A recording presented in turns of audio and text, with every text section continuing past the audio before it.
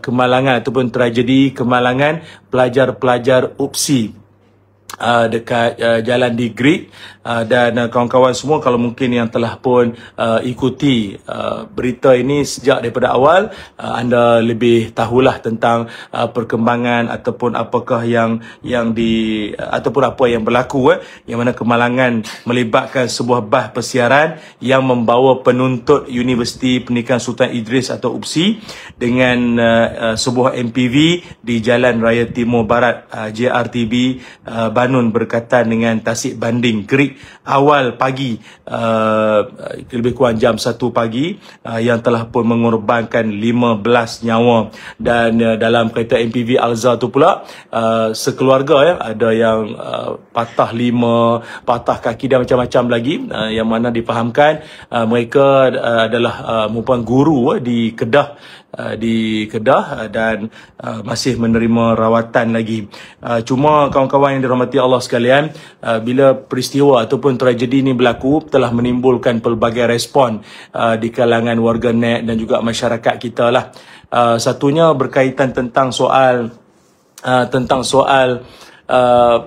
sikap ataupun keadaan pemandu itu sendiri. Kerana kalau dilihat pada rakaman dashcam, telah pun menyaksikan pada kita bahawa nampak kelihatannya memang laju sungguh bas tu dibawa. Dan saya pun kadang kawan-kawan pun yang berpengalaman sering bawa kereta highway semua, kita tengok kadang lori bas bawa, mereka memandu tu dalam keadaan kita ni pun goyang. Kita ni pun rasa gayat, kita pun rasa risau.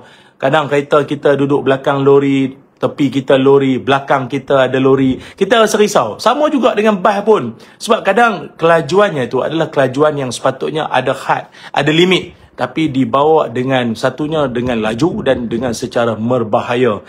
Memotong bas, potong lori, potong bas. Sedangkan kita yang kereta kecil ni, yang motor pula, pengguna jalan raya lain, lagi ramai. So itu saya nak pesan lah pada pemandu-pemandu bas ataupun lori, kenderaan-kenderaan berat di luar sana. Sebelum kita nak cerita berkaitan tentang pihak kerajaan mengenakan tindakan, mengetatkan undang-undang semua tu, itu semua sedia maklumlah cadangan-cadangan yang telah pun diusul semua. Tapi nak sebut ni, dalam Al-Quran Allah Subhanahu Wa Taala sendiri menyatakan bahawa seseorang yang bila dia mengendalikan sesuatu, tak kiralah lori ke kenderaan ke apa, dia buat satu-satu perjalanan ke apa, dalam keadaan dia menitik beratkan keselamatan orang lain, itu adalah perkara yang dituntut dalam agama. Sebab itu dalam Al-Quran Allah Subhanahu Wa Taala berfirman, a'udzubillahi minasyaitonirrajim, wa man ahyaha faka'annama ahyan nasa jami'a. Sesiapa yang menjaga keselamatan hidup seorang manusia, maka seolah-olah dia menjaga keselamatan hidup manusia semuanya. Maknanya satu orang, dia demi nak menjaga nyawa satu orang, maknanya dia jaga keselamatan, bawa dengan cermat, dengan berhemah, dengan berhati-hati untuk nak jaga satu nyawa sahaja. Maka kata Allah dalam Al-Quran surah Al-Ma'idah ayat 32, umpama seperti dia menjaga nyawa seluruh manusia di dunia. Tu. Kalau dia bawa dengan berhati-hati, dengan cermat, dengan berhemah ni semua, demi nak jaga satu nyawa. Satu nyawa, bukan cerita 40 nyawa dalam sebuah bas. Satu nyawa saja. Umpama seperti dia menjaga nyawa-nyawa seluruh manusia di dunia ini. Maka kalau kita ambil apa yang Allah Ta'ala pesankan dalam Quran ini, maka kita akan faham bahawa setiap di kalangan kita ini bertanggungjawab untuk menjaga keselamatan orang lain. Menjaga keselamatan orang lain, maknanya bermula daripada syarikat pengendali bas memastikan bas tersebut dalam keadaan selamat. Kan, memastikan dalam keadaan yang selamat. Pemandu itu dipastikan tahap kesihatan badan, kesihatan mental, emosi, mood semua dalam keadaan yang stabil. Barulah nak dikendalikan kenderaan-kenderaan berat tersebut. Bukan setakat keadaan bas itu saja.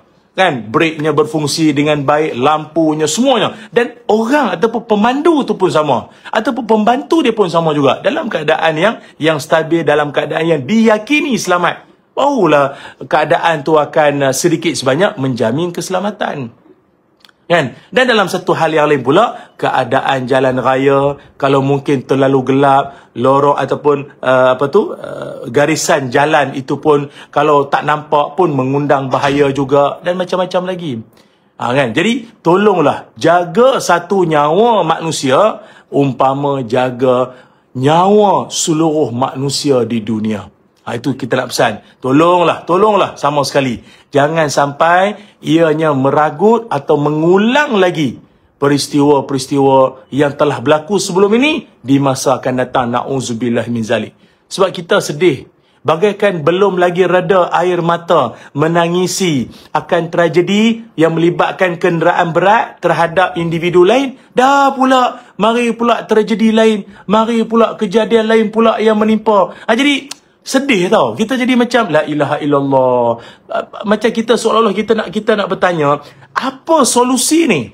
Kesudahan dia apa solusi ni? Sampai kadang tu ada orang dah takut nak naik bas dah. Fobia nak naik bas dah. Fobia nak lalu tepi lori. Dah takut dah. Kalau dengan lori je dia dah berjarak, dah takut dah.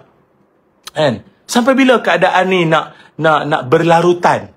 Ini kita mohon sangatlah, ya, sama ada di pihak pemerintah kerajaan kan, untuk mengambil tindakan tegas terhadap akan apa yang berlaku ini, dan juga penguatkuasaan undang-undang. Mungkin barangkali speed limiter ada setengah negara-negara maju dah pakai dah. Maknanya kenderaan-kenderaan berat ni dia ada speed limiter ataupun kawalan kelajuan terhadap kenderaan berat tersebut. Mesti kena ada. Kalau tak, time dia marah ke, dia moody ke, dia tak puas hati dengan syarikat dia ke apa, dia tekan minyak tanpa dia mengambil kira keselamatan nyawa orang lain. Entah-entah yang terbunuh, entah-entah yang terlibat dengan kemalangan itu, dia merupakan bapa yang menanggung 5, 7 atau 8 orang anak. Atau dia merupakan seorang suami yang mana isterinya pula mungkin orang kelainan upaya. Atau yang dilanggar tu pula mungkin seorang anak yang si anak tu pula sedang menyara mak bapaknya yang dalam keuzuran. Akibat kerana kematian dia, mereka sekeluarga menanggung kesusahan. Jadi siapa yang nak bertanggungjawab ni? Ini bukan soal, oh maaf lah ini kecuaian, maaf saya terlepas pandang, oh maaf lah saya dah cuba tapi saya tak. Cerita maaf tu cerita lain.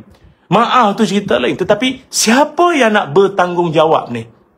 Itu. Kita berharap sangatlah, ya Allah, ya Allah. Ya, kita reda dengan ketentuan qada dan qadar, ketentuan Allah Subhanahu wa taala. Kita percaya innallaha ala kulli syai'in qadir. Sesungguhnya Allah Taala Maha berkuasa atas tiap-tiap satu perkara. Maknanya kalau Allah Taala izin perkara tu nak berlaku, biarlah apa keadaan, kondisi, situasi sekalipun, ia tetapkan berlaku. Walaupun orang kata mustahil, mana mungkin boleh berlakunya kemalangan, mana mungkin boleh berlakunya kecelakaan, padahal jalan okey, pemandu okey, bas dalam keadaan yang okey. Macam mana? Itu cerita lain. Kalau Allah nak izinkan benda tu berlaku, tetap ia boleh berlaku. Cuma dari pihak kita selaku manusia ni, itu. Okey? Dan dalam masa yang sama juga kita sama-sama melafazkan inna lillahi wa inna ilaihi raji'un. Sesungguhnya kami semua datang daripada Allah, dan kepada Allah lah kami semua dikembalikan. Kita doakan kepada seluruh mangsa yang terlibat, yang meninggal dunia ini. Kita doakan Allahumma ghafir lahum warhamhum wa'afihim wa'fu anhum. Allahumma ghafir lahum warhamhum wa'afihim wa'fu anhum. Semoga Allah Ta'ala mengampunkan mereka, mengasihani mereka, menyayangi mereka semuanya, insya-Allah, dan ditempatkan di kalangan orang-orang yang soleh, orang-orang yang disayangi oleh Allah Azza wa Jalla. Dan bila kita dengar balik kisah-kisah di sebalik terkorbannya pelajar-pelajar UPSI ini, yang 15 orang kalau tak silap bacaan saya ini, ianya memberikan sedikit sebanyak keinsafan, kesedaran pada kita. Ada dalam kalangan mereka merupakan anak kesayangan keluarga. Ada seorang pelajar tu, dia ikutkan asal, dia tak nak jadi cikgu pun. Ada cita-cita lain. Tapi hanya kerana nak memenuhi impian, cita-cita, harapan maknya. Ibu dia teringin anak dia kalau boleh jadi cikgu. Maka dengan membawa harapan ibu tu, membawa harapan mak nak jadi cikgu, maka dia pun daftarkan diri dan berjaya masuk UPSI. Walau bagaimanapun Allah Ta'ala lebih maha menyayangi. Allah lebih menyayangi beliau. Banyak lagi ada kisah, tapi paling saya sendiri rasa macam begitu takjub sekali adalah apabila dalam ramai-ramai itu ada seorang tu wanita, dia merupakan seorang hafizah, seorang penghafaz Al-Quran, dan dia bukan hafaz Quran biasa-biasa, dia memang bersungguh-sungguh, dia memang committed, dia memang konsisten dengan Al-Quran. Dia tulis balik. Kan orang biasa, mungkin rakan-rakan di luar sana yang biasa dengan sekolah agama, sekolah tahfiz, kita kan nak mengukuhkan hafalan kita, biasa kita akan tulis balik, kan, dan dia siap ada halaman-halaman khas untuk dia tulis kembali, kan, tulis kembali ayat-ayat Al-Quran yang dihafalnya. Ya Allah, dia punya lembaran tulisannya itu bagaikan cetakan yang cantik. Dia tulis balik, ya Allah. Dan ketika tragedi ini berlaku, dia meninggal dunia dalam keadaan dia memeluk mushaf Al-Quran, dia memeluk Al-Quran. Ya Allah, harumnya roh dia, harumnya pemergiannya, pemergian yang begitu indah sekali. Sebab itu dalam satu hadis Nabi Muhammad sallallahu alaihi wasallam, Nabi bersabda, yub'asu kullu 'abdin 'ala ma mata 'alaihi. Setiap hamba akan dibangkitkan sesuai dengan keadaannya ketika meninggal dunia. Riwayat Imam Muslim. Maknanya, seseorang itu bila dia meninggal dunia, cara dia meninggal dunia atau keadaan ketika dia meninggal dunia, itulah nanti keadaan dia dibangkitkan. Maknanya kalau dia meninggal dunia dalam keadaan berihram dan dia bertalbiyah, labbaik Allahumma labbaik, labbaik la syarika laka labbaik, maka itulah keadaan dia kelak nanti ketika dia dibangkitkan nanti sambil bertalbiyah, labbaik Allahumma labbaik, labbaik la syarika laka labbaik. Begitu. Dan samalah juga meninggal dunia dalam keadaan baca Al-Quran, meninggal dunia dalam keadaan memeluk Al-Quran, maka dia dibangkitkan juga dalam keadaan yang sama. Kan? Memeluk mushaf Al-Quran yang dikasihinya, yang dihafaznya. Ya Allah, mulianya pemergian mereka.